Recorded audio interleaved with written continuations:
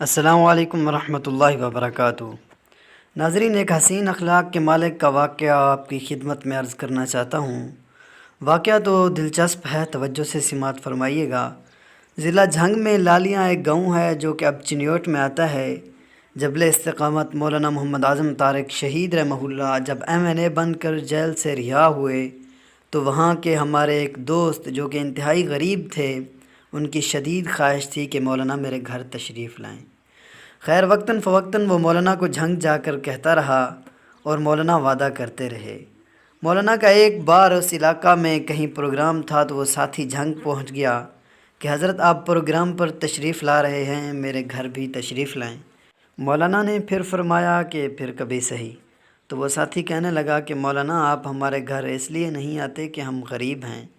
تو مولانا کو ایک جھٹکا لگا تو فرمایا کہ میں آؤں گا مگر ایک وعدہ کرو۔ تو وہ ساتھی خوشی سے جھوم اٹھا اور کہنے لگا ہزاروں وعدے کرتا ہوں، ایک کیا؟ مولانا نے فرمایا کہ دیکھ لو، اگر وعدہ پورا نہ کیا تو میں ناراض ہو کر آپ کے گھر سے چلا جاؤں گا۔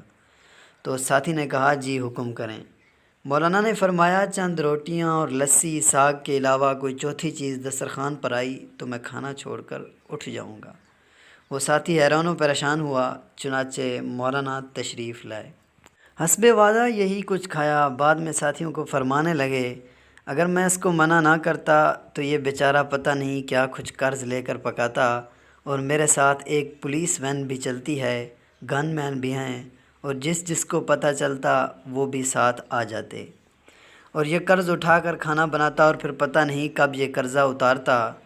واقعی بڑے عظیم لوگ تھے جو عظیم مشن پر قربان ہو گئے۔ کسی نے خوب کہا خاک میں مل گئے نگینے لوگ، حکمراں بن گئے کمینے لوگ۔ ناظرین، یہی تھی ہماری ویڈیو۔ اگر ویڈیو اچھی لگی ہو تو چینل کو ضرور سبسکرائب کیجیے گا اور اس ویڈیو کے بارے میں ایک کومنٹ بھی ضرور دیجیے گا۔ والسلام۔